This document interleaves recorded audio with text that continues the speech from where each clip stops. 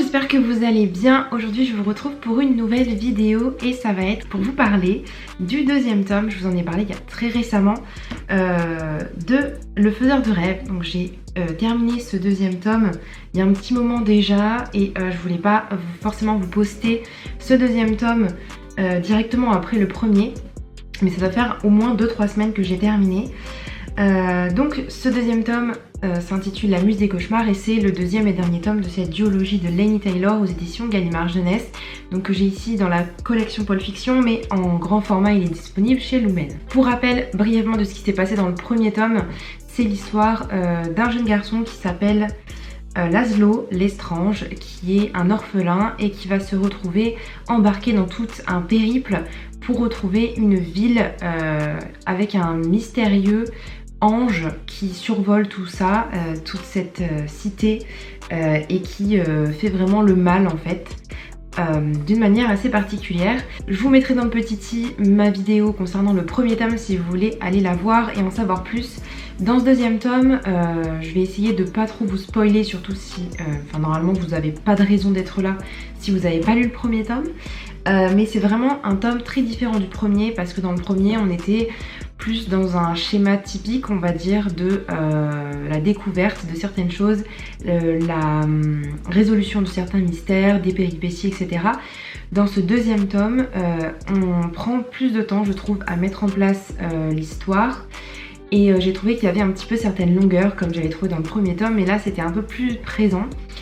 Ce que j'ai vraiment beaucoup aimé par contre, c'est que on va dans le passé, on va rencontrer Cora et Nova qui sont deux personnages très importants dans cette histoire et grâce à ces deux filles, du coup ces deux sœurs, on va apprendre pourquoi cet ange est arrivé là, qu'est-ce qui s'est passé des centaines d'années auparavant et pourquoi est-ce qu'on en est là aujourd'hui tout simplement. Comme on sait maintenant ce qui s'est passé avant, tout ce qui est guerre, etc.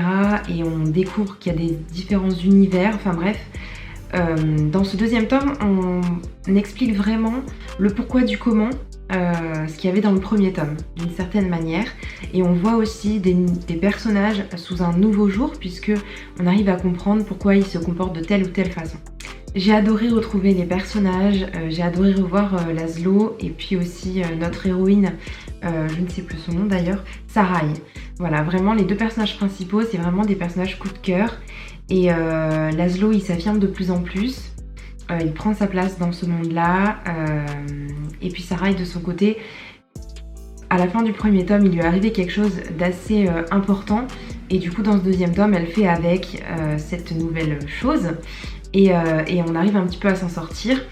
J'ai l'impression que l'auteur a voulu un peu détourner ce qu'elle avait fait à la base pour simplifier un peu les choses. Mais j'aurais bien voulu qu'elle aille un peu plus loin dans ce qu'elle avait imaginé ou ce qu'elle avait proposé en fait à la fin du premier tome, enfin bref.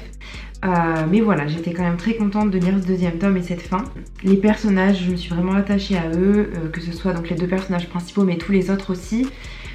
Tous les enfants et surtout en fait on se concentre beaucoup sur la petite qui a en apparence 5 ans mais en fait qui n'a pas réussi à évoluer, je sais plus son nom, et vraiment tout le poids en fait qu'elle a subi. Et c'est un peu la méchante dans l'histoire, c'est un peu la fille qui veut se venger et qui veut absolument faire payer aux humains ce qui leur est arrivé. Et en fait, on se rend compte du pourquoi elle est comme ça et ça explique beaucoup de choses. Donc en bref, j'ai passé un très bon moment de lecture avec ce deuxième tome. J'ai une petite préférence quand même pour le premier, mais c'est une duologie qui vaut vraiment le coup et j'ai vraiment adoré.